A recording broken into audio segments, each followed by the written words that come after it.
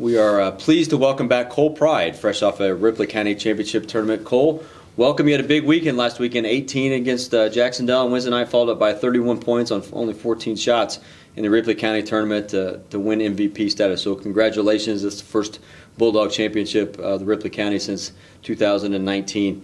Take us through the mental and physical preparation. 2 big games in 1 week, like last Wednesday and Saturday. Take me through your thought process and preparation. Obviously, in the weeks before, we know we wanted to go in there and win a championship, so it was just a focused thing. Me and all my teammates going to practice every day and just knowing that we had to go to work in order to prepare to go out there and execute and win a championship. Your development as a player has been a long road as you kind of grew into your 6'8" frame, and you're still growing into that. You're the only senior on the boys basketball team. Take us through the type of work that you've put in, many hours unseen to achieve that type of performance. It's just a lot of hours in the gym and in the weight room. That's what it comes down to, is just getting shots up and working on all your different moves and then just getting stronger, that's just been really important for me. You also have a lot of time in the summer with several different AAU teams and experiences. Take us through what a typical summer looks like for you, spring season, up until this point where you've worked on your skills outside the normal basketball season at Batesville High School. AAU is usually a pretty relaxed schedule. We usually have practice 1 to 2 times a week and then usually a tournament every other weekend, so that's pretty relaxed but we still get to go play. Mm-hmm. But a lot of it is just, I'm lucky enough to have a court at my house, or a half court in my barn, so I have to go out there and get shots up, and that's what it comes down to, is just getting in all the work that you can. Very good. You were joined on the all-tournament team by teammates Jack Runkmeyer, Kate Kaiser, and Sam Johnson. How are you able to develop relationships with your teammates and still at the same time enjoy some levels of individual success?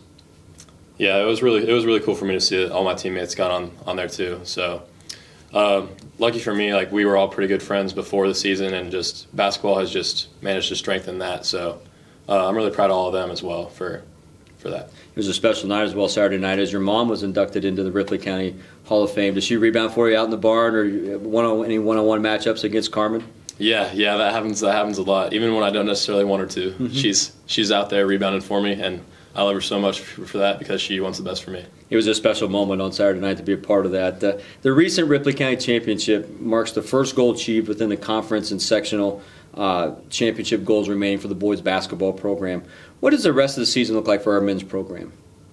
It's just going to be continuing to put that work in, because we have the Ripley County Championship under our belt, and now we have bigger and better things to reach for, and it's just going to be a matter of making sure we go get work in at every practice and just continue to get better. When this airs, you'll still be undecided as to where you're going to play next year. Although you continue to draw interest at all different levels from the basketball side and the academic side, you're a tremendous student. What can interested schools expect from Cole Pride, not only as a student when you arrive on their campus, but also on the basketball program? I think they can expect somebody that's gonna give their best effort to things they care about, and obviously academics and basketball are things that I both care about, and you can always expect that I'm going to give my full effort towards those things. Well, Cole, just from what I've known of you, exactly, that's the kind of young man that you've been. I appreciate how you've demonstrated that in our hallways, but also on the basketball floor as well. We look forward to the continued success of the men's program as we come up on the conference and sectional championship. But again, congratulations on the Ripley County Tournament Championship and your MVP award. Thank you. Ladies and gentlemen, Cole Pride of the men's basketball program. I'm pleased to welcome Allison Allie Peters, a member of our girls basketball program here. Allie, welcome. Congratulations on your recent Ripley County tournament win, first for the Bulldogs since 2015, and then being named the MVP of the tournament. You had 14 Tuesday night against Jacksonville, and you backed it up the next night against South Ripley with 19. Tell us a little bit about the performance and the victory over the weekend. So I think everybody played pretty well. We kind of a slow start. We kind of hung around with them in the beginning, but we pulled away. We started playing like we knew we should. In the beginning, I think we just had nerves, but we worked through it. We came out with the victory. So with any type of young team and then also a senior backcourt, there's a lot of mental and physical preparation, not only from a team standpoint but individually. Take us through how you get ready to approach a tournament week such as what you experienced at the Ripley County. I think you just have to visualize. Our coaches preach that, visualizing what you want to happen before it actually does. So just visualizing the good things that you want to happen, working through the bad things, not focusing on them for the rest of the game, just working on the next play, thinking about the next play. You were the focal point of both defenses Tuesday night, Friday night, different approaches, yet managed to score, lead the team in scoring both nights, but also, and maybe more importantly, involve your teammates as well. Take us through your thought process of how you not only involve your teammates, but also, as we rely on you to score, involve yourself in the overall offensive flow. So I think just have to look for the best shot. If there's a point where I get the ball on the post or on the perimeter and I think I can score, I'll go for it. But if I think that there could be a better option, then I'll kick it out to a teammate or pass it into the post. Just give everybody a chance. A couple of those teammates joined you on the All-Ripley County team, Sophie Gazelle and Marley Obermeyer. Talk through their contributions, Sophie in all facets of the game, and then Marley hitting open shots both nights from the perimeter. They served as key components. Take us through what your teammates do and how they help you win the championship. So Sophie, she just kind of gave her all. She left it all on the line. She wanted that. She wanted the victory. She pushed the whole time, did everything she could to get us the W. And then Marley, she does so well under pressure, and her shooting, she's always put him in, always on the perimeter. And those things are key as they lead to a championship run. Yep. Your sophomore season, it always seems the sophomore level is the toughest for an individual player. Your most recent stretch of play included an excellent run at the Waldron Christmas tournament and then obviously the Ripley County tournament.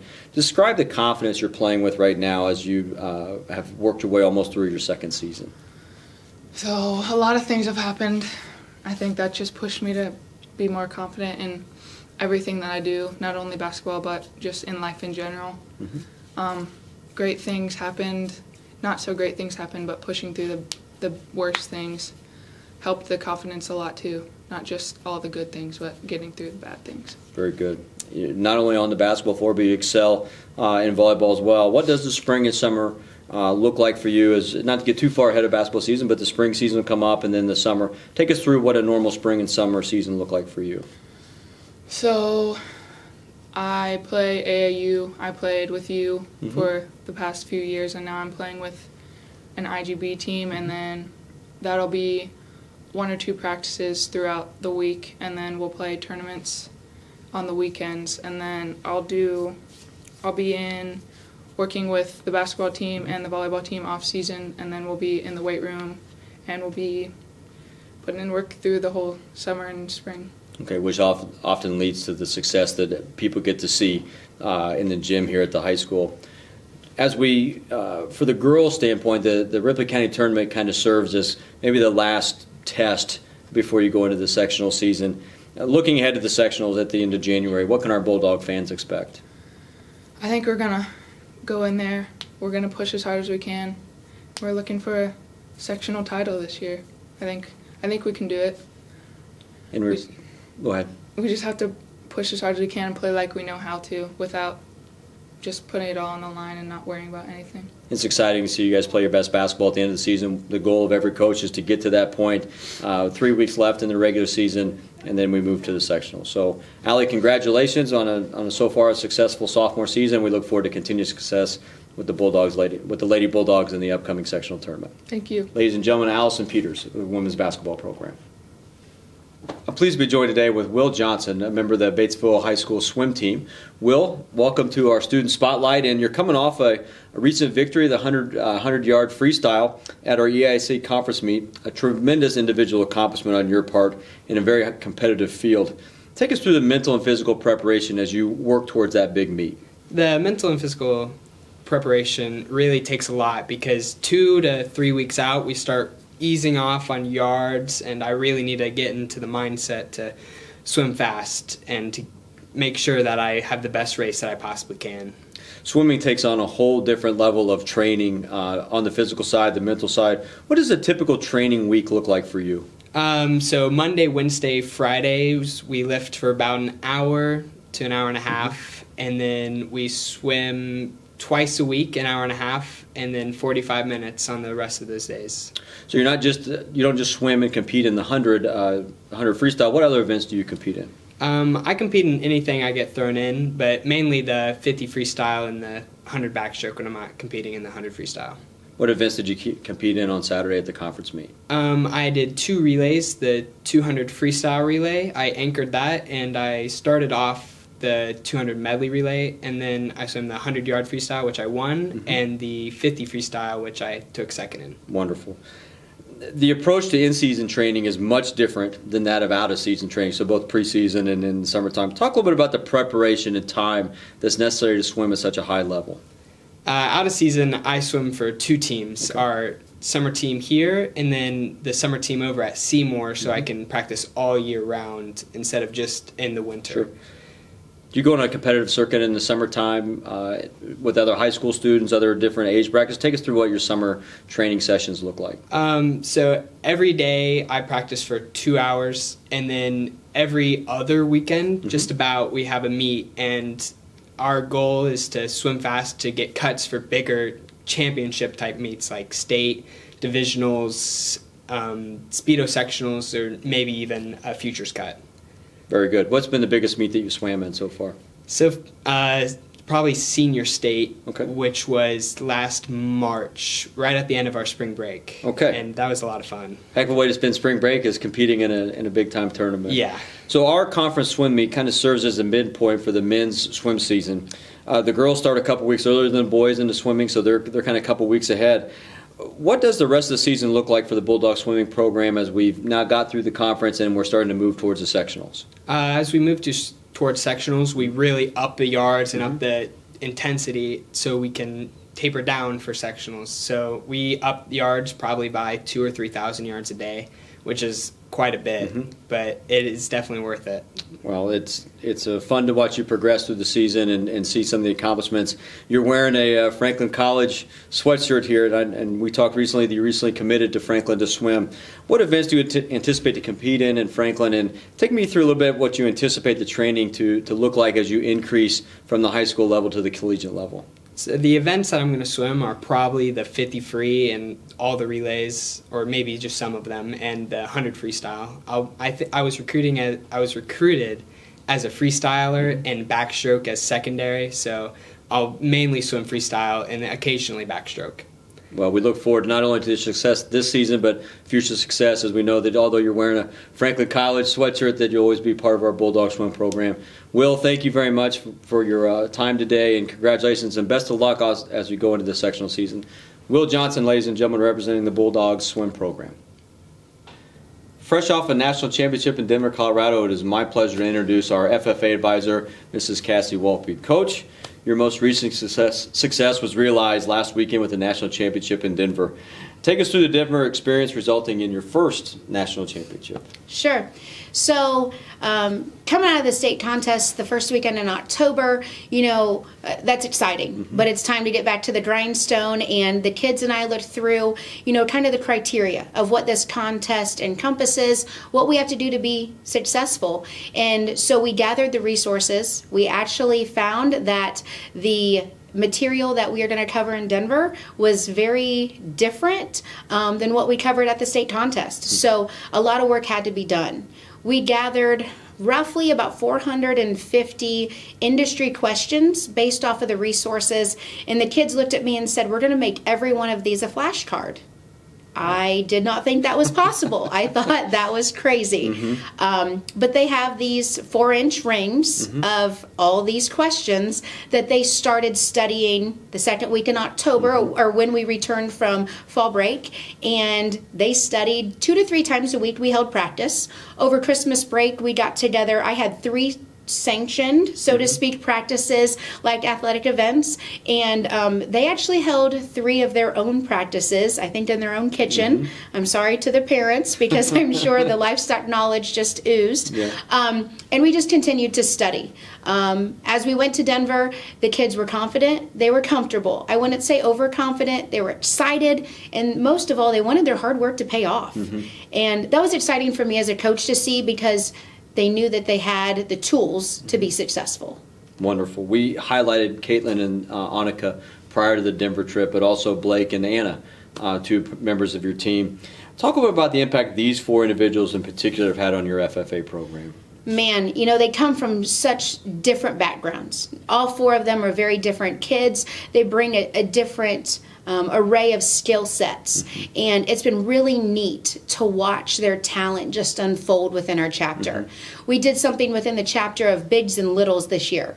And the fact that they can connect with other kids, I think has only promoted the neat things and the success that they've been able to encompass within our chapter. And the biggest thing that those 4, if I step back and say, what describes those 4? And I would say undoubtedly in my 14 years of teaching here at Batesville, those 4 are coachable. Yeah. Winning a national championship was 14 years of dreams being realized through countless hours of preparation. That all starts with you. For our listeners who may not be as familiar with the Batesville FFA program, describe the standards you've established for our program. Man, when these kids come in and as a freshman, I just hope to find a connection for them, because eventually I hope that it's a connection for a career path. They like it, whether it's a hobby or it's a career. I want them to find something that they enjoy. When you enjoy something, you give 100%. And, when I started this, I looked up a bunch of quotes, and I look at what the great Nolan Ryan in baseball said. It's my job to give my kids the ability to be successful. And I take that very serious. I'm a very serious adrenaline junkie. I like competition. But if I don't know the answers, I need to find the resources for them to be successful. And so I take a lot of that on myself. I push them to be successful, not necessarily to win, but let's go ahead and give 100%. So when we're recording this interview, we are at day 1 of a BHS imposed moratorium on FFA activities before you begin again with the spring competitions. When can our community expect to see the FFA members back in action?